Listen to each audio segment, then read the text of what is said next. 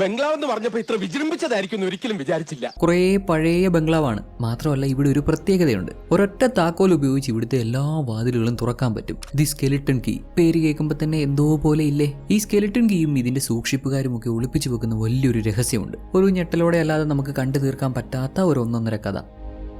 നമ്മുടെ കഥാനായിക കാരോളിൻ വളരെ നല്ലൊരു നേഴ്സാണ്. സുന്ദരിയാണ്. പുള്ളിക്കാരി ഇഞ്ചക്ഷൻ എടുത്താൽ സൂചിയും അറിയില്ല, നൂലും അറിയില്ല, നമ്മളും അറിയില്ല. ഭൂമിയിലെ മാലാകയാകാൻ വേണ്ടി ജനിച്ച പിഞ്ച് ഹൃദയമുള്ള സുന്ദരി മാലാക. പേഷ്യൻസിനെ അത്രമേൽ കെയർ ചെയ്യുന്ന നമ്മുടെ കാരോളിൻ പ്രായമായ ഒരു വ്യക്തിക്ക് അദ്ദേഹത്തിന്റെ അവസാന നിമിഷങ്ങളിൽ കഥ വായിച്ചു കൊടുക്കുകയാണ്. കാരോളിന്റെ കഥ കേട്ട് മനസ്സ് നിറഞ്ഞു തുളുമ്പി അദ്ദേഹം മരിക്കും. അത് തീർച്ചയായും അവൾക്ക് വിഷമമുണ്ടാക്കുന്ന കാര്യമാണ്. എങ്കിലും അദ്ദേഹത്തിന്റെ അവസാന നിമിഷം അദ്ദേഹത്തിന് കഥയൊക്കെ വായിച്ചു കൊടുത്ത് കുറച്ചെങ്കിലും സമാധാനത്തോടെ അദ്ദേഹത്തെ യാത്ര അയക്കാൻ സാധിച്ചല്ലോ. ഇവിടെയുള്ള പല പേഷ്യൻസിനും വേണ്ടപ്പെട്ടവരായി ആരുമില്ല. അഥവാ ഇനിയിപ്പോൾ ആരെങ്കിലും ഉണ്ടെങ്കിൽ തന്നെ ഇവർ മരിച്ചാൽ പോലും തിരിഞ്ഞു നോക്കാത്ത ജാതികളാ. ഇപ്പോൾ മരണപ്പെട്ട ഇദ്ദേഹത്തിനും വേണ്ടപ്പെട്ട ആളുകളൊക്കെ ഉണ്ടെങ്കിലും അവരെ ഇൻഫോം ചെയ്തിട്ടും പ്രത്യേകിച്ച് കാര്യമൊന്നും ഉണ്ടായില്ല. ആരും തന്നെ അദ്ദേഹത്തിന്റെ ബോഡി ഏറ്റെടുക്കാൻ വരുന്നില്ല. ഇദ്ദേഹത്തിന് വേണ്ടി ആരും വരാൻ പോകുന്നില്ല. ഫയൽസ് എല്ലാം മാറ്റിയേക്കാൻ കാരോളിനോട് പറഞ്ഞു. മനസാക്ഷിയുള്ള ഏതൊരു വ്യക്തിക്കും വിഷമം തോന്നുന്ന അവസ്ഥയാണിത്. ഇപ്പം മരിച്ച ഇദ്ദേഹത്തിന് മുമ്പും ഇതുപോലെ മരണപ്പെട്ട് ബന്ധുക്കൾ ആരും ഏറ്റെടുക്കാത്ത ഒരുപാട് പേരുണ്ട്. അവരുടെയൊക്കെ ഫയൽസും സാധനങ്ങളും ഒക്കെ കളയാറാണ് പതിവ്. ഹോസ്പിറ്റലിൽ പോലും ഇതൊരു ബിസിനസ് മാത്രമാണ്. ഇതെല്ലാം നമ്മുടെ ഹീറോയിന്റെ മനസ്സുടച്ചു കളഞ്ഞു. അവൾ ആ ഫയൽസ് ഒന്നും കളയാതെ അതുകൊണ്ടങ്ങ് മാറിപ്പോയി. അന്ന് രാത്രി പബ്ബിൽ വെച്ച് തന്റെ സുഹൃത്ത് ഓഡ്രിയോട് നമ്മുടെ ഹീറോയിൻ ഇവിടുത്തെ ഈ ഹോസ്പിറ്റലിലെ ജോലി മതിയാക്കുകയാണ് എന്ന് പറഞ്ഞു. എത്രയെന്ന് വെച്ചാൽ ഇങ്ങനെയുള്ള കാര്യങ്ങളൊക്കെ കണ്ട് സഹിച്ച് ജീവിക്കുക. ആർക്കും ഒരു മനസാക്ഷിയില്ല. ഹോസ്പിറ്റലിനും ഒരുവിധപ്പെട്ട ഡോക്ടേഴ്സിനൊക്കെ എല്ലാം ഒരു ബിസിനസ് മാത്രമാണ്.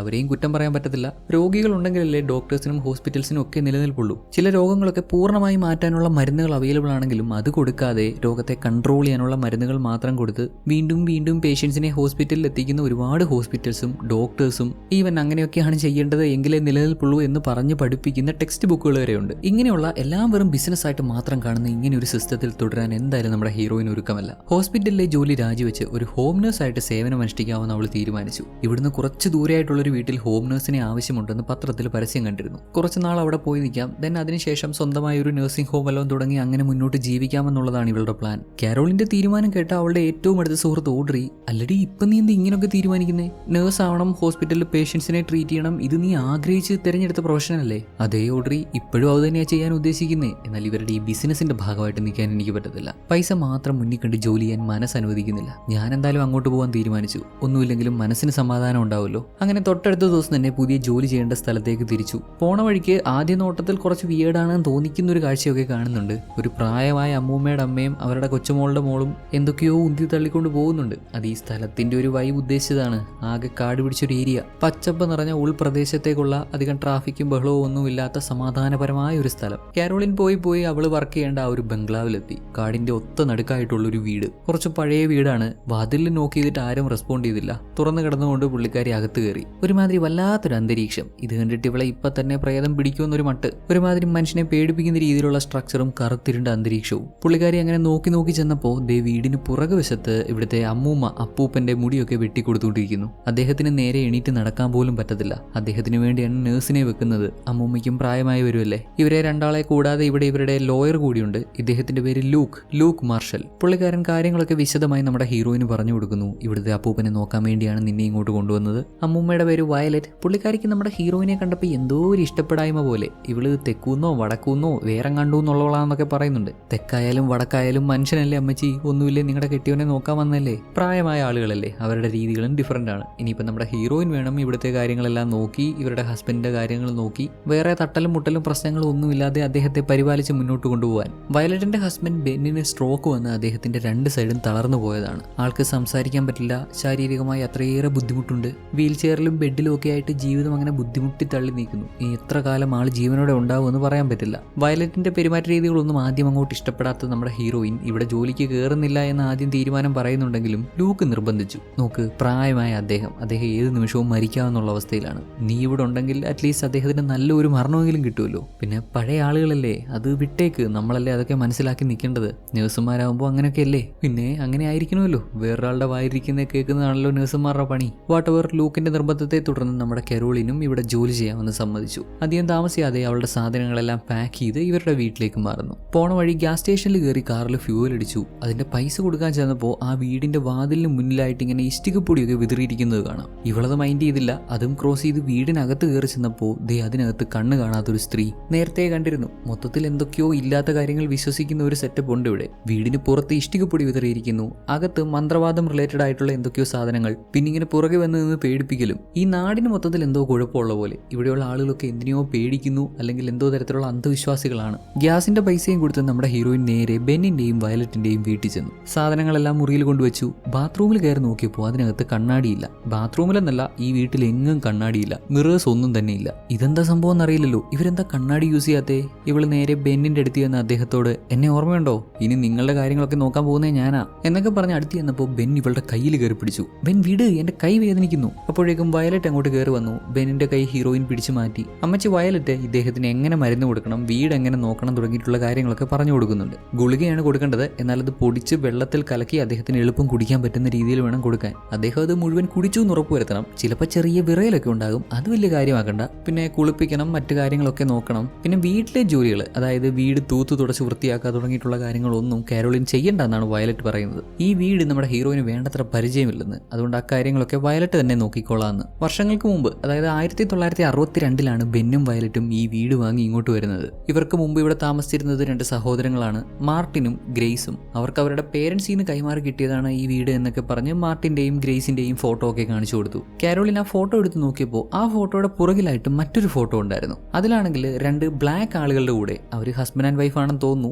അവരുടെ കൂടെ നമ്മുടെ മാർട്ടിനും ഗ്രേസും നിൽക്കുന്നുണ്ട്. മാർട്ടിന്റെയും ഗ്രേസിന്റെയും അച്ഛനും അമ്മയാണോ എന്ന് ചോദിച്ചാൽ അങ്ങനെ വരാനുള്ള സാധ്യതയില്ലല്ലോ. കുട്ടികൾ വൈറ്റും പേരൻസ് ബ്ലാക്കും, അപ്പോൾ ബയോളജിക്കൽ പേരൻസ് ആവാനുള്ള സാധ്യതയില്ല. അവരുടെ ഫാമിലി ഹിസ്റ്ററി കാര്യങ്ങളൊന്നും വയലറ്റ് കാരോളിന് പറഞ്ഞു കൊടുക്കുന്നില്ല. ഒരുപക്ഷെ വയലറ്റിനും അറിയില്ലായിരിക്കാം. ഫോട്ടോയിൽ കാണുന്ന ബ്ലാക്ക് ആളുകളുടെ പേര് ജസ്റ്റിഫൈയും സിസിലിയും, പാപ്പ ജസ്റ്റിഫൈയും മാമ സിസിലിയും, അങ്ങനെയാണ് അവർ അറിയപ്പെട്ടിരുന്നത്. വയലറ്റ് ഈ വീടിന്റെ സ്കെലട്ടൺ കീ, അതായത് ഇവിടുത്തെ എല്ലാ മുറിയും തുറക്കാൻ സാധിക്കുന്ന കീ നമ്മുടെ ഹീറോയിനെ ഏൽപ്പിച്ചു. ഇവിടെ ഏകദേശം 30 മുറികളുണ്ട്. ഈ സ്കെലട്ടൺ കീ ഒരെണ്ണം മാത്രമല്ല, നമ്മുടെ വയലറ്റിന്റെ കയ്യിലും ഇവിടുത്തെ എല്ലാ മുറിയും തുറക്കാൻ പറ്റുന്ന കീ ഉണ്ട്. അങ്ങനെ കാരോളിൻ ജോലി തുടങ്ങി. പുള്ളിക്കാരി ഒരു നേഴ്സ് ആയിരുന്നതുകൊണ്ട് കൃത്യമായിട്ട് മരുന്ന് കൊടുക്കാനും ഒരു രോഗിയെ നല്ല രീതിയിൽ പരിചരിക്കാനും ഒക്കെ അറിയാം. അവൾ അതെല്ലാം നല്ല രീതിയിൽ വൃത്തിയായി ചെയ്യുന്നുണ്ട്. ഒരു ദിവസം നമ്മുടെ ഹീറോയിൻ വീടിന് മുകളിലത്തെ റൂമിൽ കയറി ചെന്നപ്പോൾ അതിനടുത്തുള്ള റൂമിൽ നിന്ന് എന്തോ ഒരു ശബ്ദം കേട്ടു. നോക്കിയപ്പോൾ അവിടുത്തെ വാതിൽ ഇങ്ങനെ ചലിക്കുന്നു. ഇല്ല, ഇതിപ്പോ എന്താ സംഭവം? ഇവിടെ ആകെ ഈ വയലറ്റും ബെന്നും മാത്രമല്ലേ ഉള്ളൂ. ഇവിടെ ഇപ്പോൾ ആരാണാവോ? എന്തുകൊണ്ടാണ് ഈ മുറി ഇങ്ങനെ ചലിക്കുന്നത് എന്നറിയാൻ പുള്ളിക്കാരി അവിടെ ചെന്ന് താക്കോലിട്ട് ആ മുറി തുറക്കാൻ ശ്രമിച്ചപ്പോൾ അത് മാത്രം തുറക്കുന്നില്ല.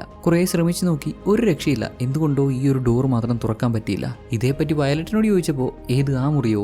അതെന്താ തുറക്കാൻ പറ്റാത്തത് ഞങ്ങൾക്ക് അറിയില്ല. ഞങ്ങൾ വീട് വാങ്ങി ഇങ്ങോട്ട് മാറി വന്നപ്പോഴേ അങ്ങനെയായിരുന്നു. സ്കെലട്ടൺ കീ ഉപയോഗിച്ച് ബാക്കി എല്ലാ ഡോറും തുറക്കാൻ പറ്റും, ആ ഒരു മുറിയുടെ വാതിൽ മാത്രം തുറക്കാൻ പറ്റത്തില്ല. ഇവിടെ ഞാനും ബെന്നും മാത്രമേ ഉള്ളൂ. ഞങ്ങൾക്ക് ജീവിക്കാൻ ആവശ്യത്തിലേറെ മുറികളുണ്ട്, അതുകൊണ്ട് അത് വലിയ കാര്യമാക്കിയില്ല. അല്ല, അതിരിക്കട്ടെ, എന്തുകൊണ്ടാണ് ഈ വീട്ടിൽ കണ്ണാടികൾ വെക്കാത്തത്, ഇവിടെ എന്തുകൊണ്ടാണ് മിറേഴ്സ് ഇല്ലാത്തത് എന്ന് നമ്മുടെ ഹീറോയിൻ ചോദിച്ചപ്പോൾ, എന്തിനാ മോളെ ഞങ്ങൾക്ക് മിറേഴ്സ് ഒക്കെ, ഞങ്ങൾക്ക് പ്രായമായില്ലേ, കണ്ണാടി നോക്കിയിരുന്നിട്ട് കാര്യമില്ലല്ലോ, അതുകൊണ്ട് ഒഴിവാക്കിയതാ. ഇനി നിനക്ക് വേണമെങ്കിൽ കണ്ണാടി ആവാട്ടോ, നിന്റെ ആവശ്യത്തിന് നീ വേണേ കണ്ണാടി ഉപയോഗിച്ചു, ഞങ്ങൾക്ക് ഏതായാലും കണ്ണാടി ഒന്നും വേണ്ടേ. ദെൻ രാത്രി ഉറങ്ങിക്കൊണ്ടിരുന്ന നമ്മുടെ ഹീറോയിൻ എന്തോ ശബ്ദം കേട്ടി ഞെട്ടി എണീറ്റു. ഇത് എവിടുന്ന് ഈ ശബ്ദം വരുന്നതെന്ന് നോക്കി ബെന്നിന്റെ റൂമിൽ ചെന്ന് നോക്കിയപ്പോൾ അദ്ദേഹത്തെ റൂമിൽ കാണാനില്ല. വൈകുന്നേരം ആളെ കുളിപ്പിച്ച് ഡ്രസ്സ് ഇടിപ്പിച്ച് മരുന്നും കൊടുത്ത് കിടത്തി ഉറക്കിയതാണ്. സ്ട്രോക്ക് വന്ന് 2 സൈഡും തളർന്ന ഈ മനുഷ്യൻ ഈ പാതിരാത്രി ഇത് എങ്ങോട്ട് പോയി? വെപ്രാളപ്പെട്ട് നമ്മുടെ ഹീറോയിൻ ചുറ്റുപാടെല്ലാം നോക്കി വന്നപ്പോൾ പുള്ളിക്കാരൻ ജനൽ വഴി പുറത്ത് ചാടി വീടിന്റെ ഷെയ്ഡിലൂടെ നീങ്ങി പോകാൻ ശ്രമിക്കുന്നു. ഇവൾക്കിത് വിശ്വസിക്കാനായില്ല. ഹീറോയിൻ ബെന്നിനെ തിരിച്ചു വിളിച്ചപ്പോൾ പേടിച്ചിട്ട് പുള്ളിക്കാരൻ ഷെയ്ഡിൽ നിന്ന് തെറിച്ച് താഴെ വീഴുന്നുണ്ട്. കാരോളിൻ വയലറ്റിനെയും വിളിച്ച് ഓടി വീടിന് പുറത്തിറങ്ങി. കാരോളിൻ, നിന്നോട് ഞാൻ പറഞ്ഞല്ലേ ബെന്നിന് കറക്റ്റായിട്ട് മരുന്ന് കൊടുക്കണമെന്ന്. ഇവനത് മുഴുവൻ കുടിക്കുന്നുണ്ടോ നോക്കണ്ടേ നീ, ഇല്ലെങ്കിൽ ഇങ്ങനെയൊക്കെയാ, പോയി വീൽ ചെയർ എടുത്തോണ്ട് വാ. അവളും വീൽ ചെയർ എടുക്കാൻ വേണ്ടി ചെല്ലുമ്പോൾ അവിടെ തറയിൽ വീണ് കിടക്കുന്ന ഒരു തുണിയിൽ എന്തോ എഴുതി വെച്ചിരിക്കുന്നത് കണ്ടിട്ട് എടുത്ത് നോക്കിയപ്പോൾ അതിൽ എന്നെ സഹായിക്കൂ എന്ന് എഴുതി വെച്ചിരിക്കുവാണ്. ബെന്നിന്റെ മുറിയിലുള്ള തുണിയിൽ എന്നെ സഹായിക്കൂ എന്ന് എഴുതി വെച്ചിരിക്കുന്നു. ഇത് ബെന്നാകോ എഴുതിയത്? അദ്ദേഹത്തിന് കൈയും കാലും ഒക്കെ ഇടയ്ക്കിടെ ചലിപ്പിക്കാൻ പറ്റുന്നുണ്ടല്ലോ. തൽക്കാലം കാരോളിൻ ഇത് നോക്കി നിൽക്കാതെ ഓടിച്ചെന്ന് വീൽ ചെയർ എടുത്തുകൊണ്ട് വന്ന് രണ്ടുപേരും ബെന്നിനെ വീടിനകത്ത് കയറ്റി. ദെൻ അടുത്ത ദിവസം കാരോളിൻ വീടിന്റെ ചുറ്റുപാടൊക്കെ ഇങ്ങനെ നോക്കി വരുമ്പോൾ അവിടെ ഒരു വഞ്ചി കിടക്കുന്നത് കാണാം. അത്യാവശ്യം നല്ല രീതിയിൽ വെള്ളമൊക്കെ പോകുന്ന സ്ഥലമാണ്. ഇപ്പം മഴ സമയവുമാണ്. വഞ്ചിയിൽ അങ്ങോട്ടും ഇങ്ങോട്ടൊക്കെ പോകാൻ പറ്റും. രാവിലെ തന്നെ വക്കീൽ വീട്ടിൽ വന്നിരുന്നു. കഴിഞ്ഞ ദിവസം സംഭവിച്ച കാര്യങ്ങളൊക്കെ പറഞ്ഞു കൊടുത്തപ്പോൾ അദ്ദേഹത്തിന് അതൊട്ടും അങ്ങോട്ട് വിശ്വസിക്കാൻ പറ്റിയില്ല. എന്തു ബെൻ ജനൽ വഴി തന്നെ പുറത്ത് ചാടിന്നു? ഒരാളുടെ സഹായം കൂടാതെ എഴുന്നേറ്റ് നിൽക്കാൻ പറ്റാത്ത മനുഷ്യൻ ഇങ്ങനെയൊക്കെ ചെയ്തു എന്നാണ് നീ പറയുന്നേ? ഹീറോയിൻ ആവട്ടെ ഇദ്ദേഹത്തെ കൂട്ടിക്കൊണ്ടുപോയി വളരെ പ്രധാനപ്പെട്ട ഒരു കാര്യം കാണിക്കാനുണ്ടെന്ന് പറഞ്ഞ് കഴിഞ്ഞ ദിവസം എന്നെ സഹായിക്കൂ എന്ന് എഴുതി വെച്ചിരുന്ന ആ ഒരു തുണി ഇദ്ദേഹത്തെ കാണിക്കാൻ നോക്കിയപ്പോൾ ആ തുണി ഇപ്പൊ ക്ലീൻ ആണ്. നേരത്തെ അതിൽ എന്നെ സഹായിക്കൂ എന്ന് എഴുതി വെച്ചിരുന്നതൊക്കെ ആരോ മായ്ച്ചു കളഞ്ഞിരിക്കുന്നു. ഇതിപ്പോ ഇവളൊരുമാതിരി അങ്ങ് സംശയത്തിലായി. ഇന്നലെ കണ്ടതൊക്കെ ഇവളുടെ തോന്നൽ മാത്രമാണോ? ഇന്നലെ ബെന്നിന്റെ മുറിയിൽ നീ തുണി കിട്ടിയപ്പോൾ അതിൽ എന്നെ സഹായിക്കൂ എന്ന് എഴുതിയിട്ടുണ്ടായിരുന്നു. അന്നേരം തന്നെ ആ തുണിയെടുത്ത് ഇവള് മാറ്റിയിരുന്നു. ഇവള് തുണിയെടുത്ത് മാറ്റിയത് മറ്റാരും കണ്ടിട്ടില്ല. വയലറ്റും ബെന്നും ആ സമയം വീടിന് പുറത്തായിരുന്നല്ലോ. എന്നിട്ടും ഇതെങ്ങനെ സംഭവിച്ചു? കൃത്യമായി എന്തൊക്കെയാണ് സംഭവിച്ചതെന്ന് എക്സ്പ്ലെയിൻ ചെയ്യാൻ പോലും മനസ്സിലാക്കാൻ പോലും നമ്മുടെ ഹീറോയിന് പറ്റുന്നില്ല എന്നുള്ളതാണ്. ലൂക്ക് ആവട്ടെ കാരോളിന്റെ അച്ഛനെയും അമ്മയും പറ്റിയൊക്കെ ചോദിച്ചു. ഇവളുടെ അമ്മ അവളുടെ ചെറുപ്പത്തിലേ മരിച്ചുപോയതാണ്. അച്ഛനും കാരോളിനുമായിട്ട് അത്ര നല്ല ബന്ധത്തിലല്ലായിരുന്നു എന്ന്. ഇവളുടെ ഇഷ്ടാനുസരണം അവളുടെ കരിയറും മറ്റു കാര്യങ്ങളും ഒക്കെ ചൂസ് ചെയ്തത് അദ്ദേഹത്തിന് അത്രയ്ക്ക് അങ്ങോട്ട് ഇഷ്ടപ്പെട്ടില്ല. അവർ തമ്മിൽ അങ്ങനെ സംസാരിക്കാറില്ലായിരുന്നു. അദ്ദേഹത്തിന് ഒരു വലിയ പ്രശ്നമുണ്ട്, ഒരു വലിയ രോഗമുണ്ട് എന്ന് നമ്മുടെ ഹീറോയിൻ മനസ്സിലാക്കിയപ്പോഴേക്കും അദ്ദേഹം ഇവളെ വിട്ടുപോയിരുന്നു. അതിന്റെ ഒരു വലിയ വിഷമം ഹീറോയിന്റെ മനസ്സിലുണ്ട്. അതുകൊണ്ടാണ് പ്രായമായവരെയൊക്കെ അവൾ ഇത്രത്തോളം നല്ല രീതിയിൽ കെയർ ചെയ്യുന്നതും അവർക്ക് വേണ്ടുന്ന കാര്യങ്ങളൊക്കെ നല്ല രീതിയിൽ മനസ്സിലാക്കി അവർ മരിക്കുന്നതിന് മുമ്പുള്ള ആ ഒരു കുറച്ച് സമയമെങ്കിലും സമാധാനത്തോടെ സ്വസ്ഥമായിരിക്കാൻ അവരെ ഹെൽപ്പ് ചെയ്യുന്നതും. ഈ വക കാര്യങ്ങളൊക്കെ ഇവരിങ്ങനെ സംസാരിച്ചുകൊണ്ടിരുന്നപ്പോൾ വയലറ്റ് ഇങ്ങോട്ട് വന്ന് ഇത് കണ്ടുപിടിച്ച്, ഓ മാമനും മാമിയും ഇവിടെ കഥയും പറഞ്ഞുകൊണ്ടിരിക്കുക. മിസ്റ്റർ വക്കീലെ, നിന്നെ പണിയെടുക്കാൻ തന്നെയാണ് ഇങ്ങോട്ട് വിളിച്ചത് എന്ന് കരുതി നീ ഇത്ര വിയർത്ത് പണിയെടുക്കണമെന്നില്ല. ഓ വയലറ്റ്, നിങ്ങൾക്കറിയാലോ നിങ്ങളെ മറന്ന് ഞാൻ ഒന്നും ചെയ്തിട്ടില്ല. എൻ്റെ ജീവിതത്തിൽ ഒരു പെണ്ണുണ്ടെങ്കിൽ നിങ്ങൾ മാത്രമാണ്. വേർത്തൊലിച്ച് നിൽക്കുന്നു. എന്നിട്ട് അവൻ്റെ ഡയലോഗ് അടി എല്ലാം കഴിഞ്ഞെങ്കിൽ അങ്ങോട്ട് വാ എന്നൊക്കെ പറഞ്ഞ് ഒരുമാതിരി പൊസസീവായിട്ട് വയലറ്റ് അമ്മച്ചി മാറിപ്പോകുന്നു. അമ്മച്ചിക്ക് ഇത് എന്താണ് ഇക്കാര്യത്തിലൊക്കെ പൊസസീവ് ആവുന്ന? മേ ബി ഇവന് വേറെ ഭാര്യ മക്കളൊക്കെ ഉള്ളതാണെങ്കിലോ? ചിലപ്പോൾ ഇതെല്ലാം അമ്മച്ചിയുടെ ഒരു തമാശ മാത്രമായിരിക്കാം. ഏതായാലും നമ്മുടെ ലോക്ക് പുള്ളിക്കാരൻ്റെ വിസിറ്റിംഗ് കാർഡ് നമ്മുടെ ഹീറോയിന് കൊടുത്തിട്ടാണ് പോകുന്നത്. എന്തെങ്കിലും ആവശ്യമുണ്ടെങ്കിൽ വിളിക്കാൻ പറഞ്ഞു. ഇവൾ ഇവിടെ വന്ന് ജോലി ചെയ്ത് തുടങ്ങിയപ്പോൾ തന്നെ അവൾക്ക് പല സംശയങ്ങളുണ്ട്. എന്തൊക്കെയോ ഡൗട്ട്സ് അവളെ അലട്ടുന്നുണ്ടെന്ന് അദ്ദേഹത്തിന് മനസ്സിലായിരുന്നു. ഇന്നലെ സംഭവിച്ച കാര്യങ്ങളൊക്കെ കാരണം തന്നെ ആകെ സംശയത്തിലായി നമ്മുടെ ഹീറോയിൻ മുകളിൽ തുറക്കാൻ പറ്റാത്തതായിട്ടൊരു റൂം ഉണ്ടല്ലോ, ആ റൂം തുറക്കാൻ ശ്രമിക്കുന്നുണ്ട്. അതിന്റെ കീഹോളിലൂടെ ഒരു കമ്പി കുത്തി അതെങ്ങനെങ്കിലും ഓപ്പൺ ചെയ്യാൻ നോക്കുമ്പോഴാണ് അതിനകത്ത് താക്കോലിന്റെ ഒരു ചെറിയ പീസ് ഒടിഞ്ഞിരിക്കുന്നത് ഇവള് കാണുന്നത്. നോക്കിയപ്പോൾ അതാണെങ്കിൽ സ്കെലിട്ടൺ കീയുടെ ഒരു പാർട്ടാണ് ഒടിഞ്ഞിരിക്കുന്നത്. അതായത് ഇതിനു മുമ്പ് മറ്റാരോ ഈ റൂം തുറക്കാൻ ശ്രമിച്ചിട്ടുണ്ട്. അതും സ്കെലിട്ടൺ കീ ഉപയോഗിച്ച് തന്നെ തുറക്കാൻ ശ്രമിച്ചിട്ടുണ്ട്. ബട്ട് താക്കോൽ അതിനകത്ത് വെച്ച് ഒടിഞ്ഞുപോയി. ഇപ്പം നമ്മുടെ കാരോളിൻ ഒടിഞ്ഞിരുന്ന ആ ഭാഗം വലിച്ച് പുറത്തെടുത്തിട്ട് ഇവളുടെ കയ്യിലുള്ള കീ യൂസ് ചെയ്ത് ആ റൂം തുറന്നു. അകത്താണെങ്കിലോ മുഴുവൻ ഒരുമാതിരി അസ്ഥികൂടങ്ങളും മന്ത്രവാദത്തിന് യൂസ് ചെയ്യുന്ന കുറേ സാധനങ്ങളും അങ്ങനെ കുറെ പേടിപ്പിക്കുന്ന ഐറ്റംസ് മാത്രം. ഒരു വലിയ ബുക്കുണ്ട്, അതിനകത്ത് പാപ്പ ജസ്റ്റിഫൈയുടെയും മാമ സിസിലിയുടെയും ഫോട്ടോസും അവര് ആ കാലത്ത് യൂസ് ചെയ്തിട്ടുള്ള എന്തൊക്കെയോ മന്ത്രവാദ ടെക്നിക്സും മന്ത്രവാദത്തിന്റെ കളം വരയ്ക്കുന്നതും അതിന്റെ ചിട്ടാവട്ടങ്ങളും മന്ത്രങ്ങളും തന്ത്രങ്ങളും അങ്ങനെയൊക്കെ എന്തൊക്കെയോ എഴുതി വെച്ചിരിക്കുന്നു. അതായത് ചുരുക്കം പറഞ്ഞ ആകെ മൊത്തത്തിൽ എന്തൊക്കെയോ പ്രശ്നങ്ങൾ നടന്നിട്ടുള്ള എന്തൊക്കെയോ ഹോണ്ടിങ് പാസ്റ്റ് ഉള്ള ഒരു വീടാണിത്. ഇവളുടെ ക്യൂരിയോസിറ്റി കാരണം ഈ മുറി തുറന്നത് പ്രശ്നമായി പോയോ? ഇനിയിപ്പം അടച്ചു വെച്ചിരുന്നതിനെ ഇവള് തുറന്നു വിട്ടതാണെങ്കിലോ? അവിടുന്ന് തന്നെ പഴയ ഒരു ഡിസ്ക് നമ്മുടെ ഹീറോയിന് കിട്ടുന്നുണ്ട്. അതിലെന്താണെന്ന് അറിയാൻ അതെടുത്ത് പുറത്തിറങ്ങാൻ ശ്രമിച്ചപ്പോഴോ വയലറ്റ് കയറി വന്നു. പുള്ളിക്കാരിയുടെ കണ്ണിപ്പെടാതെ അവിടെ ഒടിച്ചിരുന്നിട്ട് പുള്ളിക്കാരി മാറിപ്പോയപ്പോൾ ഡിസ്കും കൊണ്ട് പുറത്തിറങ്ങി വരുന്ന നമ്മുടെ ഹീറോയിൻ നേരെ അവളുടെ വീട്ടിൽ ചെന്നു. ഡിസ്ക് പ്ലേ ചെയ്ത് നോക്കിയപ്പോൾ പഴയ കാലത്തെ മന്ത്രങ്ങളും പണ്ട് ചെയ്ത ആഭിചാര ക്രിയകളുടെ എന്തൊക്കെയോ ഓഡിയോസ് ആണ് അതിൽ. ഇതെല്ലാം കേട്ടുകൊണ്ടാണ് ഇവളുടെ സുഹൃത്ത് ഓഡ്രി വരുന്നത്. അത് പിന്നെ ഓഡ്രി, ഇതൊരു ആൽബമാണ്, ആൽബം പാട്ടേ. ദെൻ രണ്ടാളും ഒരുമിച്ച് പബ്ബിൽ പോയി. അവിടെ വെച്ച് നമ്മുടെ കാരോളിൻ ഓഡ്രിയോട് അവളിപ്പോൾ വർക്ക് ചെയ്യുന്ന വീട്ടിൽ നടന്ന അസ്വാഭാവികമായിട്ടുള്ള സംഭവങ്ങളെ പറ്റിയൊക്കെ സംസാരിക്കുന്നുണ്ട്. അന്ധവിശ്വാസങ്ങൾ, ദുരാചാരങ്ങൾ, അങ്ങനെ പ്രത്യേകം എടുത്ത് പറയേണ്ട ആവശ്യമില്ല. വിശ്വാസങ്ങൾ, ആചാരങ്ങൾ, ഇത്തരത്തിലുള്ള ഒട്ടും ലോജിക്കൽ അല്ലാത്ത, ഒട്ടും സെൻസ് മേക്കിംഗ് അല്ലാത്ത, യാതൊരു ഉപയോഗമില്ലാത്ത ഒരുപാട് കാര്യങ്ങൾ പലയിടങ്ങളിൽ നടക്കുന്നുണ്ടല്ലോ. പണ്ട് ആഫ്രിക്കയിൽ നിന്ന് വന്നതാണെന്ന് കരുതപ്പെടുന്ന ഒരു പ്രത്യേക അനാചാര രീതിയുണ്ട്. അതിനെപ്പറ്റി നമ്മുടെ ഓഡ്രി ഇവിടെ പറഞ്ഞു കൊടുക്കുന്നുണ്ട്. ഓഡ്രിയുടെ ഒരു ആന്റിക്ക് ഇതിനെപ്പറ്റി എന്തൊക്കെയോ അറിയാമെന്നും അവരുടെ വിശ്വാസപ്രകാരം ഇത്തരത്തിലുള്ള കാര്യങ്ങളിൽ വിശ്വസിക്കുകയാണെങ്കിൽ മാത്രമാണ് അത് നമ്മളെ അഫക്റ്റ് ചെയ്യുക, അല്ലാത്ത പക്ഷം പ്രശ്നമൊന്നുമില്ല. അതായത് നിങ്ങളൊരു വിശ്വാസിയാണെങ്കിൽ ഈ പറഞ്ഞ അനാചാരങ്ങളുടെയൊക്കെ ഭവിഷ്യത്തുകൾ നിങ്ങൾക്കുണ്ടായേക്കാം. ഈ പറഞ്ഞ അനാചാരങ്ങളെ പറ്റി കൂടുതൽ അറിയണമെങ്കിൽ ഓഡ്രയുടെ ആന്റിയോട് ചോദിക്കണമെന്ന്. പുള്ളിക്കാരി ഇതേ ടൗണിലുള്ള ഒരു ലോണ്ടറി ഷോപ്പിന്റെ ബേസ്മെന്റിൽ എവിടെയോ ഇരുന്നാണ് വർക്ക് ചെയ്യുന്നതെന്ന് പറഞ്ഞു കൊടുത്തു. ഈ പറഞ്ഞു കൊടുത്ത അന്ധവിശ്വാസങ്ങളിൽ, ആക്ച്വലി വിശ്വാസങ്ങളിലൊന്നും നമ്മുടെ ഹീറോയിന് ഒരു വിശ്വാസവും ഇല്ലാത്തതുകൊണ്ട് പുള്ളിക്കാരി തൽക്കാലം ഓഡ്രയുടെ ആന്റിയെ കാണാനൊന്നും പോകുന്നില്ല. അതിനൊക്കെ മുമ്പ് എന്താണ് യഥാർത്ഥത്തിൽ ആ വീട്ടിൽ സംഭവിക്കുന്നത് എന്ന് മനസ്സിലാക്കണമല്ലോ. അടുത്ത ദിവസം നമ്മുടെ ഹീറോയിൻ ബെന്നിന്റെ മുറിയിൽ ഒരു കണ്ണാടി കൊണ്ടുവച്ചു. അത് കണ്ട് വയലറ്റ് ഇവളോട് ദേഷ്യപ്പെടുന്നുണ്ട്. നിന്നോട് ഇങ്ങനൊന്നും ചെയ്യരുതെന്ന് പറഞ്ഞല്ലേ, കണ്ണാടി ഒന്നും വെക്കാൻ പാടില്ല. ഉടനെ നമ്മുടെ ഹീറോയിൻ ഇവിടെ അടഞ്ഞു കിടന്നിരുന്ന ആ റൂമിൽ ഇവിടെ കയറിയെന്നും അതിനകത്തുള്ള കാര്യങ്ങളൊക്കെ കണ്ടു എന്നും പറഞ്ഞപ്പോൾ യഥാർത്ഥത്തിൽ ഇവിടെ സംഭവിച്ചിട്ടുള്ള കാര്യങ്ങളൊക്കെ, അതായത് നമ്മുടെ ഹീറോയിനോട് ഇവർ പറഞ്ഞിട്ടില്ലാത്ത കാര്യങ്ങളൊക്കെ ഈ പുള്ളിക്കാരി പറഞ്ഞു കൊടുക്കുകയാണ്. ഏതാണ്ട് ഒരു 90 വർഷങ്ങൾക്ക് മുമ്പ് ഇവിടെ ഒരു പലിശക്കാരനുണ്ടായിരുന്നു, തോർപ്പ്. സാധാ ഒരു പലിശക്കാരനല്ല, സ്വന്തമായി ബാങ്കൊക്കെ ഉള്ള അതിസമ്പന്നനായ ഒരു വ്യക്തി. അദ്ദേഹത്തിൻ്റെതായിരുന്നു ഈ ബംഗ്ലാവ്. അങ്ങേരും അങ്ങേരുടെ ബന്ധുക്കളും ഒക്കെ അറമാദിച്ച് അങ്ങനെ ജീവിച്ചു വന്ന ഈ ബംഗ്ലാവ്. പാവങ്ങളെ പറ്റിച്ച് അയാൾ ഉണ്ടാക്കുന്ന പൈസയ്ക്ക് ആർഭാടമായി അയാൾ ജീവിക്കും. അയാളും അയാളുടെ കുടുംബവും മദ്യം മറന്ന് ജീവിക്കും. തോർപ്പിന്റെ വലിയ ഫാമിലിയും അവരുടെ വേലക്കാരായ പാപ്പ ജസ്റ്റിഫൈയും മാമ സിസിലിയുമാണ് അക്കാലത്ത് ഇവിടെ ജീവിച്ചിരുന്നത്. ഈ പറഞ്ഞ വേലക്കാരായ പാപ്പ ജസ്റ്റിഫൈക്കും മാമ സിസിലിക്കും എന്തൊക്കെയോ ആഭിചാര ക്രിയകൾ അറിയാമായിരുന്നു. വീട്ടിലുള്ള മറ്റുള്ളവരറിയാതെ, തോർപ്പും കുടുംബവും അറിയാതെ ഈ പാപ്പ ജസ്റ്റിഫൈയും മാമ സിസിലിയും വീട്ടിൽ ആഭിചാര ക്രിയകളൊക്കെ നടത്തിയിട്ടുണ്ടത്രേ. അന്നൊരിക്കൽ തോർപ്പിന്റെ ബാങ്ക് ആനിവേഴ്സറിയോടനുബന്ധിച്ച് വീട്ടിൽ വലിയൊരു പാർട്ടി നടത്തി. അതിസമ്പന്നരും അധികാരികളുമായിട്ടുള്ള ഒത്തിരി ആളുകൾ പാർട്ടിയിൽ പങ്കെടുക്കുന്നുണ്ട്. പാർട്ടിക്കിടയിൽ എല്ലാവരും മതിമറന്ന് ആഘോഷിക്കുമ്പോൾ പാപ്പ ജസ്റ്റിഫൈയും മാമ സിസിലിയും ഈ വീട്ടിലുള്ള 2 കുട്ടികളെ പിടിച്ചുകൊണ്ടുപോയി അവരെ ഉപയോഗിച്ച് എന്തൊക്കെയോ ആഭിചാര ക്രിയകൾ ചെയ്തു. ഈ കാര്യങ്ങളൊക്കെ കണ്ടുപിടിച്ചപ്പോൾ തോർപ്പിനൊന്നും ഒട്ടും ഇഷ്ടപ്പെട്ടില്ല. മദ്യലഹരിയിലായിരുന്ന അയാൾ അയാളും കൂടെയുള്ളവരും വേലക്കാരെ നിഷ്കരണം കൊന്നുകളയാൻ പറഞ്ഞു. എല്ലാവരും കൂടെ പാപ്പ ജസ്റ്റിഫയെയും മാമ സിസിലിയെയും പിടിച്ച് അവരുടെ കഴുത്തിൽ കുരുക്കിട്ട് കെട്ടി തൂക്കി തീ കത്തിച്ച് കൊന്നുകളഞ്ഞു. അന്നു മുതൽ വേലക്കാർ ഇരുവരുടെയും ആത്മാക്കൾ ഈ വീട്ടിൽ അവർ താമസിച്ചിരുന്ന ആ മുകളിലത്തെ മുറിയിലുണ്ടെന്ന് കരുതപ്പെടുന്നു. പിന്നീട് അങ്ങോട്ട് തോർപ്പിന്റെ ബിസിനസ് എല്ലാം തകർന്നു, ബാങ്ക് പൊളിഞ്ഞു, അയാൾ ഭാര്യയെ വെടിവെച്ച് കൊന്നിട്ട് ആത്മഹത്യ ചെയ്യുമായിരുന്നു. ഇതെല്ലാം വേലക്കാരുടെ പ്രേതങ്ങളുടെ പണിയാണ്. അവരെ തോർപ്പിനോട് പ്രതികാരം ചെയ്യുന്നതാണ്. അവർ ഈ വീട്ടിലുണ്ട് എന്നുള്ള കഥകൾ വരക്കാൻ തുടങ്ങി. തോർപ്പിന്റെ മരണത്തോടെ പാപ്പ ജോസഫയും മാമ സിസിലിയും പിടിച്ചുകൊണ്ടുപോയി ആഭിചാരക്രിയകളൊക്കെ ചെയ്യാൻ ശ്രമിച്ച ആ കുട്ടികളായി എല്ലാത്തിന്റെയും അവകാശികൾ. തോർപ്പിന്റെ സ്വത്തുക്കളിൽ വീട് മാത്രം അവശേഷിച്ചു. ആ കുട്ടികൾ രണ്ടാളും ഒരുപാട് കാലം ഇവിടെ ജീവിച്ചിട്ട് നമ്മുടെ ബെന്നിനും വയലറ്റിനും ഈ വീട് വിൽക്കുകയായിരുന്നു. അപ്പോഴും ഇവിടെ സംഭവിച്ച കാര്യങ്ങളൊക്കെ വ്യക്തമായി ഇവർക്ക് പറഞ്ഞു കൊടുത്തിട്ടില്ലായിരുന്നു. പിന്നീട് ഈ വീട്ടിൽ പലയിടത്തായി സ്ഥാപിച്ചിരുന്ന കണ്ണാടികളിലൂടെ പണ്ട് കൊല്ലപ്പെട്ട വേലക്കാരെയൊക്കെ നമ്മുടെ വയലറ്റും ബെന്നും കണ്ടിട്ടുണ്ടെന്നും അതുകൊണ്ടാണ് കണ്ണാടികളെല്ലാം എടുത്ത് മാറ്റിയത് എന്നും പറയുന്നുണ്ട്. ഇഷ്ടികപ്പൊടി വിതറിയാൽ പ്രേതങ്ങൾക്ക് വരാൻ പറ്റില്ല അത്രേ, അത് ക്രോസ് ചെയ്യാൻ പറ്റില്ല അത്രേ. ഓക്കെ നിങ്ങൾ വിശ്വസിക്കുന്നത് ഇതെല്ലാം വിശ്വസിച്ചോ, അല്ലാതെ ഞാനൊക്കെ ഈ വഴി അങ്ങ് പൊക്കോളാം എന്ന മട്ടിലാണ് നമ്മുടെ ഹീറോയിൻ. ഏതായാലും വയലറ്റും ബെന്നും ഇതിലൊക്കെ വിശ്വസിക്കുന്നുണ്ട്.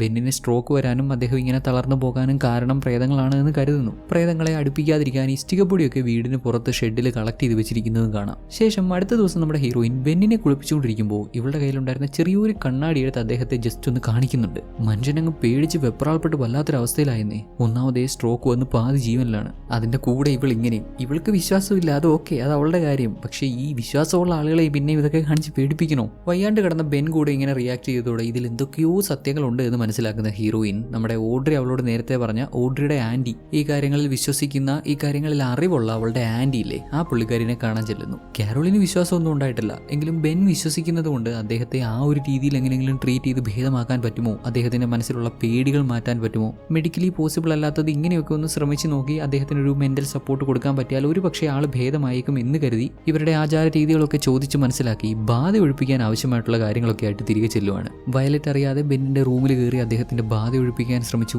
ഒഴിഞ്ഞുപോ, ഈ ശരീരം വിട്ടുപോ എന്നൊക്കെയുള്ള രീതി പറഞ്ഞപ്പോൾ ഇദ്ദേഹം സംസാരിക്കുന്നു. അദ്ദേഹം ഇവളുടെ പേര് പറഞ്ഞു. ബെൻ, നിങ്ങൾക്ക് കുഴപ്പമൊന്നുമില്ലേ? എന്താ പറയാനുള്ളത്? കാരോളിൻ, പ്ലീസ് എന്നെ ഇവിടുന്ന് രക്ഷപ്പെടുത്ത്, എന്നെ ഇവിടുന്ന് പുറത്തു കൊണ്ടുപോ, ദയവ് ഇത് എന്നെ സഹായിക്ക് എന്നൊക്കെ അദ്ദേഹം തുടർച്ചയായിട്ട് ഇങ്ങനെ പറയുവാണ്. ബെൻ, തീർച്ചയായും ഞാൻ നിങ്ങളെ ഹെൽപ്പ് ചെയ്യാം. എന്താ നിങ്ങൾക്ക് പറയാനുള്ളത്? എന്നോട് വ്യക്തമായിട്ട് പറ. എന്തുകൊണ്ടാണ് നിങ്ങൾ ഇത്രയും പേടിക്കുന്നത്? എന്തിനാണ് നിങ്ങൾ ഇത്രയും പേടിക്കുന്നത് എന്നങ്ങോട്ട് ചോദിച്ചതും പുള്ളിക്കാരൻ ഇങ്ങനെ കൈ ചൂണ്ടിക്കാണിച്ചു. ഇതെന്താ സംഭവം? പ്രേതം വന്നതാണോ? പെട്ടെന്ന് നമ്മുടെ ഹീറോയിൻ തിരിഞ്ഞു നോക്കിയപ്പോൾ അത് വയലറ്റ് ആയിരുന്നു.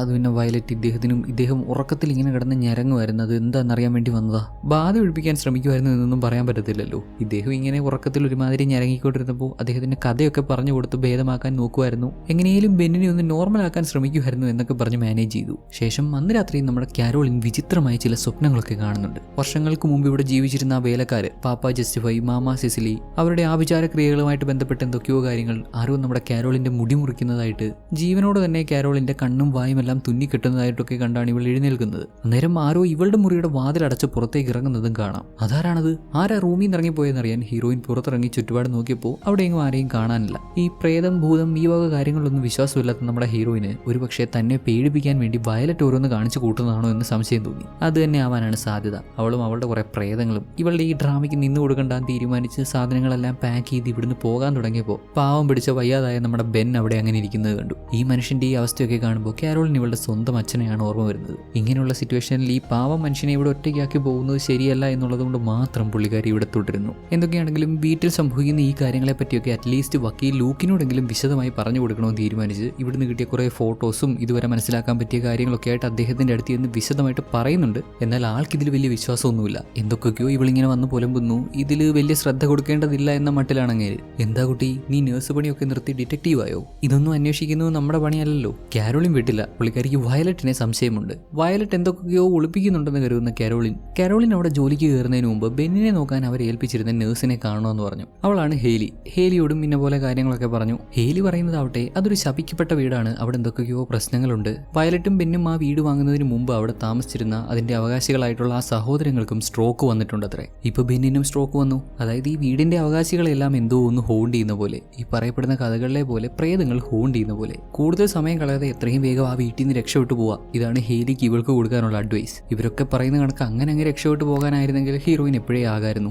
ബെന്നിനെ എങ്ങനെയെങ്കിലും രക്ഷപ്പെടുത്തണമെന്ന് ഹീറോയിൻ ആഗ്രഹിക്കുന്നുണ്ട്. അദ്ദേഹത്തെ അവിടുന്ന് രക്ഷപ്പെടുത്താൻ വക്കീലിന്റെ സഹായവും തേടുന്നുണ്ട്. ഇങ്ങനെയൊക്കെ സംസാരിച്ച് പോകുന്ന വഴിക്കാണ് മുമ്പൊരു ദിവസം നമ്മുടെ ഹീറോയിൻ കയറിയ ഗ്യാസ് സ്റ്റേഷൻ അവൾ കാണുന്നതും അവിടെ വണ്ടി നിർത്തുന്നതും. ഇവിടെയുള്ളവർക്കും എന്തൊക്കെയോ മന്ത്രവാദ സെറ്റപ്പ് ഉണ്ടല്ലോ. അന്ന് വന്നപ്പോഴേ ഇവരുടെ വീടിന് പുറത്ത് ഇങ്ങനെ ഇഷ്ടികപ്പൊടിയൊക്കെ വിതറിയിരിക്കുന്നത് നമ്മുടെ ഹീറോയിൻ ശ്രദ്ധിച്ചിരുന്നു. ആ വീട് വീട്ടിലുള്ള കണ്ണ് കാണാത്ത സ്ത്രീയോട് സംസാരിക്കാൻ നമ്മുടെ ഹീറോയിൻ അങ്ങോട്ട് ചെന്നു. ഇവിടെ ഇങ്ങനെ ഇഷ്ടികപ്പൊടിയും എല്ലുകൾ തൂക്കിയിട്ടിരിക്കുന്നതൊക്കെ കണ്ടപ്പോൾ ലൂക്കിന് നെഗറ്റീവ് അടിച്ചു. നീ പോക്കോ, ഇമാതിരി സ്ഥലത്തോട്ടൊന്നും ഞാൻ പോകാറില്ല. കാരോളിൻ അകത്ത് കയറി പ്രായമായ കണ്ണ് കാണാത്ത ആ സ്ത്രീയോട് ആ സമയം അവർ കേട്ടുകൊണ്ടിരുന്ന ഓഡിയോയെ പറ്റിയൊക്കെ ചോദിക്കുവാണ്. മുമ്പ് നമ്മുടെ ഹീറോയിൻ ഇതുപോലൊരു ഓഡിയോ കേട്ടല്ലോ, മന്ത്രവാദങ്ങളെപ്പറ്റി, ആഭിചാര കർമ്മങ്ങളെപ്പറ്റി, അതിൻ്റെയൊക്കെ ബേസ് ചെയ്തിട്ടുള്ള ഓഡിയോ. അതുപോലെ ഒന്നാണ് ഈ സ്ത്രീയും കേട്ടുകൊണ്ടിരുന്നത്. ഇതിനെപ്പറ്റിയൊക്കെ സംസാരിച്ച് വന്നപ്പോഴോ ജസ്റ്റിഫൈ കണ്ടെത്തിയ ഒരു പ്രത്യേക ആഭിചാരക്രിയ ഉണ്ടത്രേ. അതായത് മരിക്കാതിരിക്കാനുള്ള ഒരു ആഭിചാരക്രിയ, മറ്റുള്ളവരുടെ ആത്മാവ് കടമെടുത്ത് നിരന്തരം ജീവിച്ചുകൊണ്ടിരിക്കാനുള്ള ഒരു ക്രിയ. വർഷങ്ങൾക്ക് മുമ്പ് ഈ ഒരു പെർട്ടിക്കുലർ മന്ത്രവാദം ചെയ്യാൻ ശ്രമിക്കുന്നതിനിടെയാണ് ജസ്റ്റിഫൈയും അദ്ദേഹത്തിന്റെ ഭാര്യ സിസിലിയും പിടിക്കപ്പെടുന്നതും അവരെല്ലാം കൂടെ ജസ്റ്റിഫൈയെയും സിസിലിയെയും തൂക്കിക്കൊന്ന് കത്തിക്കുന്നതും. മറ്റൊരാളുടെ ആയുസ് സ്വന്തമാക്കി നിരന്തരം ജീവിച്ചിരിക്കാൻ പറ്റുന്ന ഈ ഒരു ക്രിയ അത്രത്തോളം ഡേഞ്ചറസ് ആണെന്നും പുള്ളിക്കാരി പറഞ്ഞു. ഇതെല്ലാം കേട്ട് നമ്മുടെ കാരോളിന് വയലറ്റിന് ഒത്തിരി സംശയമാവുന്നുണ്ട്. ഒരുപക്ഷെ പുള്ളിക്കാരി ബെന്നിനെ ഈ തരത്തിൽ ഉപയോഗിക്കുന്നതാണെങ്കിലോ. ജസ്റ്റിഫൈ കണ്ടെത്തിയ ഈ ഒരു പ്രത്യേക ആഭിചാരക്രിയയൊക്കെ പഠിച്ച് ബെന്നിന്റെ ആയുസ് സ്വന്തമാക്കാനാണ് വയലറ്റിന്റെ ഉദ്ദേശമെങ്കിലോ. വയലറ്റിന്റെ ഉദ്ദേശം ഇതൊക്കെ തന്നെയാണോ എന്ന് മനസ്സിലാക്കാൻ ഹീറോയിൻ തിരികെ ബംഗ്ലാവിൽ ചെന്ന് ഇഷ്ടികപ്പൊടി എടുത്തുകൊണ്ട് വന്ന് അവളുടെ റൂമിന്റെ വാതിൽക്കൽ ഇങ്ങനെ വിതറിയിട്ട് വയലറ്റിനോട് കാരോളിന്റെ റൂമിലേക്ക് കടന്നു വരാൻ പറയാണ്. എന്താ മോളെ, എന്താ കാര്യം? അത് പിന്നെ പുറത്ത് നല്ല മഴയല്ലേ, ഇവിടെ ചോരുന്നുണ്ട്. നിങ്ങൾ ഇങ്ങോട്ടൊന്ന് വരുമായിരുന്നെങ്കിൽ ഇത് കാണിച്ചു തരാമായിരുന്നു. ചോർച്ചയല്ലേ, കയറി നോക്കിയേക്കാമെന്ന് കരുതി വയലറ്റ് അകത്തോട്ട് കയറാൻ തുടങ്ങിയപ്പോൾ പെട്ടെന്ന് സ്റ്റക്കായി നിന്നു. പഴയ വീടല്ലേ കുഞ്ഞെ, അവിടെ ഇവിടെയൊക്കെ ചോർച്ച കാണും, സാരമില്ല. കാരോളിൻ വിട്ടില്ല. അല്ല, നിങ്ങളൊന്ന് അകത്തോട്ട് വന്ന് നോക്കിക്കോളൂ, ഇവിടെ വ്യക്തമായിട്ട് കാണാമല്ലോ. അത് പിന്നെ മോളെ, അടുപ്പത്ത് ഫുഡ് ഇരിക്കുന്നു, അത് കളഞ്ഞിട്ട് വരാൻ പറ്റത്തില്ല. അയ്യോ, അതിനിപ്പോ എന്താ, ഒരു സെക്കൻഡിന്റെ കാര്യമല്ലേ ഉള്ളൂ, ജസ്റ്റ് ഇങ്ങോട്ട് കയറി ഇത് നോക്കിയിട്ട് പോയി ഫുഡ് എടുത്തോ. അങ്ങനെ പറഞ്ഞാ ഈ കുട്ടിയുടെ ഒരു കാര്യം, മോളിങ്ങോട്ട് വന്നേ, മോക്ക് ഞാൻ ചായ എടുത്തു തരാം. ഏതാ അമ്മച്ചിയുടെ തന്ത്രം, അടുക്കൂല, അടുത്ത പണി കിട്ടുമെന്ന് പുള്ളിക്കാരിക്ക് നന്നായിട്ട് അറിയാം. അപ്പൊ ഇനി സംശയമില്ല, അമ്മച്ചി തന്നെ പ്രേതം, അല്ലെങ്കിൽ പുള്ളിക്കാരി അകത്ത് കയറാമായിരുന്നല്ലോ. ശേഷം കുറച്ച് സമയം കൂടെ കഴിഞ്ഞ് നമ്മുടെ ഹീറോയിൻ ബെന്നിനോട് ഇന്ന് രാത്രി നമ്മൾ തീർച്ചയായും ഇവിടുന്ന് പുറത്ത് കടന്നിരിക്കും എന്ന് പറഞ്ഞു. അദ്ദേഹത്തിന് സ്ഥിരമായി കൊടുത്തിരുന്ന മരുന്നുകളൊന്നും കൊടുക്കുന്നില്ല, അതിൽ വയലറ്റ് എന്തോ ചേർക്കുന്നുണ്ടെന്ന് സംശയമുണ്ട്. പിന്നെ വയലറ്റിനെ ഒന്ന് മയക്കി കിടത്താൻ വേണ്ടി ഷുഗർ ക്യൂബ്സിലും മയക്കുമരുന്ന് ഇഞ്ചെക്ട് ചെയ്യുന്നുണ്ട്. എന്നാൽ വയലറ്റ് അമ്മച്ചി ഏതാ സാധനം, എല്ലാ ദിവസവും ഷുഗർ കഴിക്കുന്ന പുള്ളിക്കാരിക്ക് ഇന്ന് ഷുഗർ വേണ്ടാന്ന്. കാരോളിന്റെ തന്ത്രങ്ങളൊന്നും അങ്ങോട്ട് വിലപ്പോകുന്നില്ല. ഇവരെ മയക്കി കിടത്തിയിട്ട് ബെന്നിനെ രക്ഷപ്പെടുത്തി കൊണ്ടുപോകാമെന്നുള്ള ഉദ്ദേശമാണ്. എങ്ങനെയെങ്കിലും ഇവരെ മയക്കണമല്ലോ. ആദ്യ പ്ലാൻസ് ഒക്കെ പൊളിഞ്ഞെങ്കിലും കാരോളിൻ അതിവിദഗ്ധമായി വയലറ്റിന് കുടിക്കാനുള്ള ഡ്രിങ്ക്സിൽ മരുന്ന് കലക്കി. അമ്മച്ചി അത് ശ്രദ്ധിക്കാതെ മടുമട എടുത്ത് കുടിച്ചു. ബോധം കെട്ട് താഴെ വീണതും പുള്ളിക്കാരി കയ്യിലുണ്ടായിരുന്ന ഒരു ചോക്ക് എടുത്ത് കളം വരച്ച് ഒരു പേപ്പറിൽ നോക്കി എന്തൊക്കെയോ മന്ത്രം ഉരുവിടാൻ ശ്രമിക്കുന്നുണ്ട്. കാരോളിൻ ആ പേപ്പർ ഇങ്ങി പിടിച്ചു വാങ്ങി. എടുത്തു നോക്കിയപ്പോഴോ അത് പ്രൊട്ടക്ഷനുള്ള മന്ത്രമാണ്. നേരെ ഓടിച്ചെന്ന് അവളുടെ റൂമിൽ കയറി നേരത്തെ അവൾ കളക്ട് ചെയ്ത് വെച്ച CD നോക്കുന്നു. ഈ CD വളരെ പ്രധാനപ്പെട്ട ഒരു തെളിവാണല്ലോ. ഈ വീട്ടിൽ ഇങ്ങനെയൊക്കെയുള്ള കാര്യങ്ങൾ സംഭവിക്കുന്നുണ്ടെന്ന് പുറത്തുള്ളവരെ അറിയിക്കാനുള്ള തെളിവ്. അമ്മച്ചി എണീറ്റ് വരുന്നതിന് മുമ്പ് ബെന്നിനെയും കൂട്ടി ഇവിടുന്ന് രക്ഷപ്പെടണം. ആ തത്രപ്പാടിൽ സാധനങ്ങളെല്ലാം എടുക്കുന്ന കൂട്ടത്തിലാണ് നമ്മുടെ കാരോളിന്റെ മുടി ഇവള് കാണുന്നത്. ഇവളുടെ തലയിലല്ല, ഇവളുടെ തലയിലുണ്ടായിരുന്ന മുടി മുറിച്ച് അവിടെ കെട്ടിവെച്ചിരിക്കുന്നു. അതിനർത്ഥം വയലറ്റിന്റെ ഉദ്ദേശം ബെന്നു മാത്രമായിരുന്നില്ല, കാരോളിനെ കൂടെ അപായപ്പെടുത്തുക എന്നുള്ളതായിരുന്നു അവരുടെ ഉദ്ദേശം. പൊന്ന കിളവി, മനുഷ്യനെ കൊലയ്ക്ക് കൊടുക്കാനാണ് വിളിച്ചു വരുത്തിയത് എന്നും പറഞ്ഞ് നമ്മുടെ ഹീറോയിൻ ബെന്നിനെയും കൊണ്ട് കാറിൽ കയറി രക്ഷപ്പെടാൻ നോക്കിയപ്പോൾ ഗേറ്റ് പൂട്ടിയിട്ടിരിക്കുകയാണ്. എന്നാൽ പിന്നെ ഇതങ്ങ് ഇടിച്ചു തകർത്തേക്കാവെന്ന് കരുതി അതിന് ശ്രമിച്ചപ്പോൾ ഇവളുടെ കാറ് കുടുങ്ങിയത് മിച്ചം, ഗേറ്റ് തകർക്കാൻ പറ്റിയില്ല. അപ്പോഴേക്കും അമ്മച്ചി ബോധക്കേടൊക്കെ മാറി എണീറ്റ് വന്നു, അതും തോക്കും എടുത്തുകൊണ്ട്. അതിനോടകം നമ്മുടെ കാരോളിൻ ബെന്നിനെ വീടിന് പുറത്തുള്ള ഷെഡിൽ കൊണ്ടുപോയി ഒളിപ്പിച്ചു. അദ്ദേഹത്തെ തീർച്ചയായും സഹായിക്കും, ഇവിടുന്ന് രക്ഷപ്പെടുത്തിക്കൊണ്ടു പോകും, സഹായിക്കാനുള്ള ആളെയും കൊണ്ട് തിരിച്ചു വരുമെന്നൊക്കെ പറഞ്ഞിട്ട് തോക്കും കൊണ്ടുവന്ന് വെടിവെച്ച് കളിക്കുന്ന അമ്മച്ചിയുടെ കണ്ണ് വെട്ടിച്ച് വഞ്ചിയിൽ കയറി തുഴഞ്ഞു ഇവിടുന്ന് രക്ഷപ്പെട്ടു പോകുന്നു. ചെറിയ വഞ്ചിയാണ്, ബെന്നിനെയും കൊണ്ട് എന്തായാലും ഇതിൽ രക്ഷപ്പെട്ടു പോകാൻ സാധിക്കുമായിരുന്നില്ല. സോ ഇനിയും അദ്ദേഹത്തെ രക്ഷപ്പെടുത്താൻ തിരിച്ചു വരേണ്ടതുണ്ട്. സഹായം ചോദിക്കാൻ നേരെ വക്കീൽ ലൂക്കിന്റെ അടുത്ത് നിന്ന് കാര്യങ്ങളൊക്കെ വിശദമായിട്ട് പറഞ്ഞു. സെയിം ടൈം വയലറ്റ് അമ്മച്ചി വക്കീലിനെ കോൾ ചെയ്യുന്നുണ്ട്. ഹലോ വയലറ്റ്, എന്താ അവിടെ സംഭവിക്കുന്നേ? നിങ്ങൾ തോക്കെടുത്ത് വെടിവെച്ചോ? ഇന്ന് രാത്രി അവിടെ എന്തൊക്കെയാ സംഭവിച്ചേ? എല്ലാം ഒന്ന് വിശദമായിട്ട് പറയാമോ എന്നും ചോദിച്ച് ഈ കോള് റെക്കോർഡ് ചെയ്യാനായിട്ട് റെക്കോർഡർ എടുത്ത് അദ്ദേഹം പുറത്തേക്ക് പോയി. അപ്പോൾ നമ്മുടെ കാരോളിൻ വക്കീലിന്റെ പുസ്തകങ്ങളൊക്കെ എടുത്ത് നോക്കുന്നുണ്ട്, നിയമ പുസ്തകങ്ങളൊക്കെ എടുത്ത് നോക്കുന്നുണ്ട്. ഇദ്ദേഹം വായിക്കുന്നതൊക്കെ ബിഗിനർ ലെവൽ പുസ്തകങ്ങളാണ്, വെറും ബേസ് ആയിട്ടുള്ള കാര്യങ്ങൾ, ബേസ് ലെവലിലുള്ള നിയമങ്ങളെ പറ്റിയൊക്കെയാണ് വക്കീലായിട്ടുള്ള ഇങ്ങനെ വായിക്കുന്നത്. സംശയം തോന്നിയ കാരോളിൻ അതെല്ലാം മാറ്റി നോക്കിയപ്പോൾ ഇവളുടെ കുറേ ഫോട്ടോസ്. കാരോളിൻ ഇങ്ങോട്ട് വരുന്നതിന് കുറേ മുന്നേ പത്രത്തിൽ പരസ്യം കണ്ട് ആ ബംഗ്ലാവിൽ പോയി ജോലിയാവുന്നൊക്കെ തീരുമാനിക്കുന്നതിന് കുറേ മുന്നേ തന്നെ ഈ വക്കീൽ നമ്മുടെ കാരോളിനെ ഫോളോ ചെയ്യുന്നുണ്ടായിരുന്നു.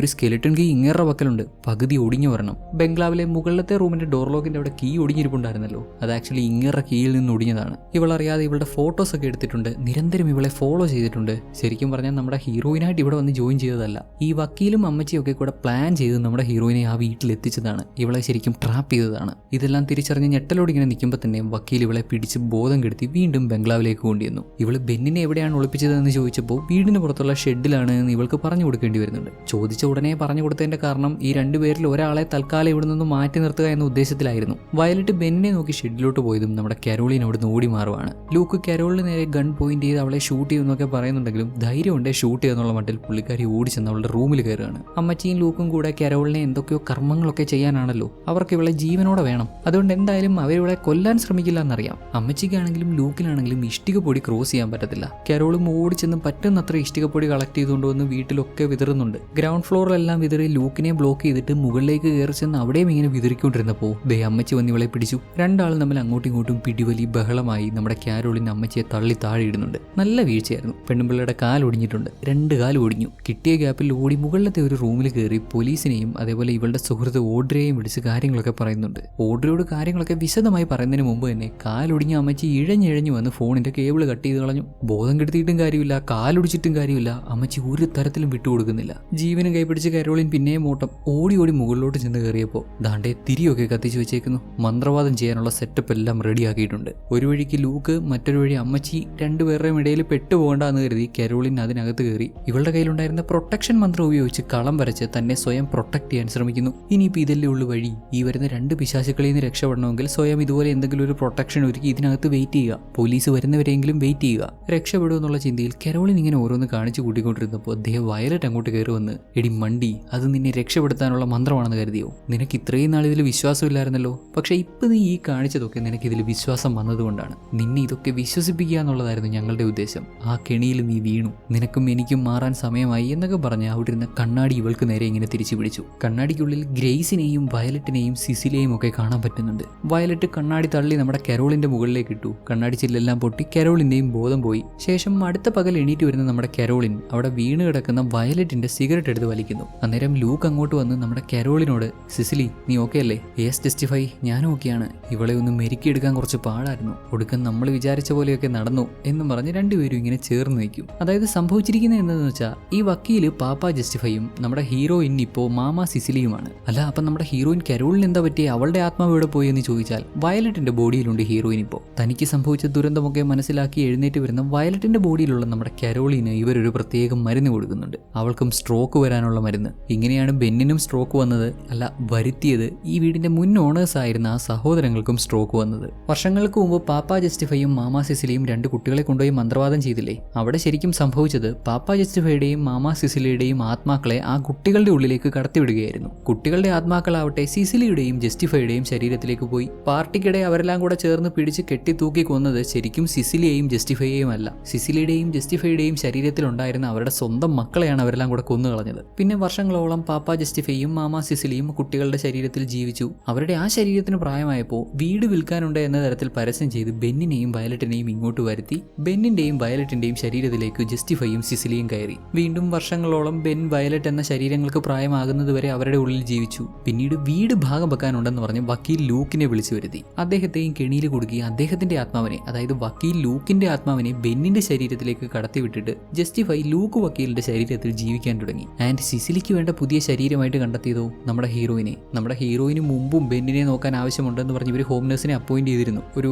ബ്ലാക്ക് ഗേളിനെ അപ്പോയിന്റ് ചെയ്തിരുന്നു. പക്ഷേ ആ പെങ്കൊച്ച് ജീവനും കൊണ്ട് ഇവിടുന്ന് രക്ഷപ്പെട്ടു പോയി. അതുകൊണ്ട് അവളെ കൺവേർട്ട് ചെയ്യാൻ പറ്റിയില്ല. പിന്നെ ചെന്നുവിട്ട നമ്മുടെ ഹീറോയിനെ ഇവരുടെ ഈ മന്ത്രങ്ങളും തന്ത്രങ്ങളും ഈ കാര്യങ്ങളൊക്കെ വിശ്വസിപ്പിച്ച് ഫൈനലി നമ്മുടെ കരോളിന്റെ ശരീരത്തിലേക്ക് സിസിലി കയറി. നമ്മുടെ കരോളിനാണെങ്കിലോ ഇപ്പോൾ വയലറ്റിന്റെ ശരീരത്തിലാണ്. മരുന്ന് കുടിപ്പിച്ച് അവൾക്കും സ്ട്രോക്ക് വരുത്തുന്നത് കൊണ്ട് സത്യങ്ങളൊന്നും തുറന്നു പറയാൻ അവളെ കൊണ്ടും സാധിക്കുന്നില്ല. ഈ കഴിഞ്ഞ നാളുകളൊക്കെ ബെന്നിന്റെ ശരീരത്തിലുള്ള വക്കീൽ ലൂക്ക് ഇവളോട് പറയാൻ ശ്രമിച്ചത് ഇതാണ്. പക്ഷെ അദ്ദേഹത്തിനും പൂർണ്ണമായി കാര്യങ്ങളൊക്കെ കൺവേ ചെയ്ത് കൊടുക്കാൻ പറ്റിയില്ല. മരുന്നാണ് എന്ന് കരുതി കരോളിൻ ഇത്രയും നാൾ അദ്ദേഹത്തിന് കൊടുത്തുകൊണ്ടിരുന്നത് അദ്ദേഹത്തിന്റെ സ്ട്രോക്ക് ഇതേ അവസ്ഥയിൽ തന്നെ തുടർന്നു പോകാനുള്ള വിഷമായിരുന്നല്ലോ. മാമാ സിസിലിക്ക് പുതിയ ശരീരമായിട്ടൊരു ബ്ലാക്ക് ബോഡി മതി, ഒരു കറുത്ത പെണ്ണിനെ മതി എന്ന് പുള്ളിക്കാരി മെൻഷൻ ചെയ്യുന്നുണ്ട്. അതുകൊണ്ടാണ് ആദ്യം ബെന്നിനെ നോക്കാൻ നമ്മുടെ ഹെയ്ലെ അപ്പോയിന്റ് ചെയ്തത്. പുള്ളിക്കാരി ബ്ലാക്ക് ആയിരുന്നല്ലോ. ബട്ട് അത് വർക്കൗട്ട് ആയില്ല. ഹെയ്ലി രക്ഷപ്പെട്ടു പോയി. ആൻഡ് ഇപ്പോൾ കരോളിന്റെ ബോഡി കിട്ടി. ഇനിയിപ്പോൾ ഈ ഒരു അവസ്ഥയിൽ ഈ ഒരു ശരീരത്തിൽ മുന്നോട്ട് ജീവിക്കും. സ്ഥലത്ത് പോലീസ് എത്തി. ബെന്നിന്റെയും സ്ട്രോക്ക് വന്ന വയലറ്റിന്റെയും ശരീരം അവർ ഹോസ്പിറ്റലിലേക്ക് മാറ്റുന്നു. നമ്മുടെ കരോളിന്റെ ഫ്രണ്ടും ഇങ്ങോട്ട് വരുന്നുണ്ട്. ഇവൾക്ക് സംശയമാകാത്ത വിധം പാപ്പ ജസ്റ്റിഫൈയും സിസിലിയും കൂടെ സാഹചര്യങ്ങളൊക്കെ മാനേജ് ചെയ്തു. ബെന്നിനും വയലറ്റിനും നമ്മുടെ കരോളിനെ ഒരുപാട് ഇഷ്ടമായിരുന്നു. അവൾ ചെയ്തു കൊടുത്ത സേവനങ്ങൾക്ക് പാരിതോഷികമായി ഈ വീട് മുഴുവൻ നമ്മുടെ കരോളിന്റെ പേരിൽ അവർ എഴുതി വെച്ചു എന്നും വക്കീൽ പറഞ്ഞു വെക്കുന്നുണ്ട്. പാവം കുട്ടി, എന്താണ് സംഭവിച്ചത് എന്നൊന്നും ഇതിനറിയില്ലല്ലോ. ഇനി പറഞ്ഞാൽ തന്നെ ഇതൊന്നും തെളിയിക്കാനും പറ്റില്ലല്ലോ. ഈ പ്രായമായ ശരീരത്തിലൊക്കെയുള്ള കരോളിനെയും ലൂക്കിനെയും ഹോസ്പിറ്റലിലേക്ക് മാറ്റുമ്പോൾ രണ്ടുപേരും നിസ്സഹായ അവസ്ഥയിൽ അങ്ങോട്ടും ഇങ്ങോട്ടും നോക്കുന്നത് കാണിച്ചാണ് സിനിമ അവസാനിക്കുന്നത്. എല്ലാവർക്കും കഥ വ്യക്തമായി മനസ്സിലായിട്ടുണ്ടോ? ആദ്യം നമ്മുടെ ഹീറോയിൻ ഇവിടെ ജോയിൻ ചെയ്യാൻ വന്നപ്പോൾ എന്തുകൊണ്ടാണ് സിസിലി ഈ പെണ്ണിനെ ഇഷ്ടപ്പെട്ടില്ല എന്നുള്ള രീതിയിൽ പെരുമാറിയതെന്ന് മനസ്സിലായില്ലേ? കാരണം സിസിലിയുടെ ആഗ്രഹം പുള്ളിക്കാരിയെ പോലെ ഒരു ബ്ലാക്ക് ഗേളിന്റെ ശരീരത്തിലേക്ക് മൂവ് ചെയ്യണമെന്നായിരുന്നു. എന്നാൽ ഹെയ്ലിക്ക് ശേഷം രണ്ടാമത് വന്ന കരോളിനെ പുള്ളിക്കാരിക്ക് ആദ്യം ഇഷ്ടപ്പെട്ടിരുന്നില്ല. പിന്നെ ഒരു പോയിന്റിൽ പാപ്പ ജസ്റ്റിഫൈ, അതായത് വക്കീലിന്റെ ശരീരത്തിലുള്ള പാപ്പ ജസ്റ്റിഫൈയും നമ്മുടെ കരോളിനും ഇങ്ങനെ റൂമിൽ വെച്ച് സംസാരിച്ചുകൊണ്ടിരുന്നപ്പോൾ അങ്ങോട്ട് കയറി വന്ന വയലറ്റ് അമ്മച്ചി അഥവാ വയലറ്റിന്റെ ശരീരത്തിലുള്ള മാമ സിസിലി ഇത്തിരി പൊസസീവായിട്ട് സംസാരിക്കുന്നുണ്ട്. കാര്യം മനസ്സിലായില്ലേ? പ്രേതമാണെങ്കിലും പൊമ്പള തന്നെ സ്വന്തം കെട്ടിയവനോട് വേറൊരുത്തി ഇങ്ങനെ റൂമിൽ വെച്ചൊക്കെ സംസാരിക്കുന്ന കണ്ടപ്പോൾ ഇഷ്ടപ്പെട്ടില്ല. പുള്ളിക്കാരിയുടെ വായിന്ന് അബദ്ധത്തിൽ എന്തെങ്കിലും വീണ് പോകുന്നതിന് മുമ്പ് പാപ്പ ജസ്റ്റിഫൈ ആണ് ആ സാഹചര്യം മാനേജ് ചെയ്യുന്നത്. സിനിമ മുഴുവൻ കണ്ട് ട്വിസ്റ്റും മനസ്സിലായി കഴിഞ്ഞ് വീണ്ടും കാണുമ്പോൾ ഇങ്ങനെ നോട്ടീസ് ചെയ്യാൻ പറ്റിയ കുറേ കാര്യങ്ങളുണ്ട്. അങ്ങിങ്ങായി ഒരുപാട് ഡീറ്റെയിൽസ് ഉണ്ട്. ഓൾറെഡി സിനിമ കണ്ടവർ തീർച്ചയായും അഭിപ്രായങ്ങൾ കമന്റ് ചെയ്തറിയിക്കുക. എന്തെങ്കിലും കൂടുതലായി കൂട്ടിച്ചേർക്കാനോ നമ്മൾ വിട്ടുപോയ കാര്യങ്ങളോ ഒക്കെ കമന്റ് ചെയ്തറിയിക്കാം. ഇങ്ങനെയുള്ള കൂടുതൽ സിനിമകൾ കാണാൻ തീർച്ചയായും ചാനൽ സബ്സ്ക്രൈബ് ചെയ്യാം. അടുത്ത ദിവസം മറ്റൊരു നല്ല സിനിമയുടെ കഥയുമായി വീണ്ടും കാണാം.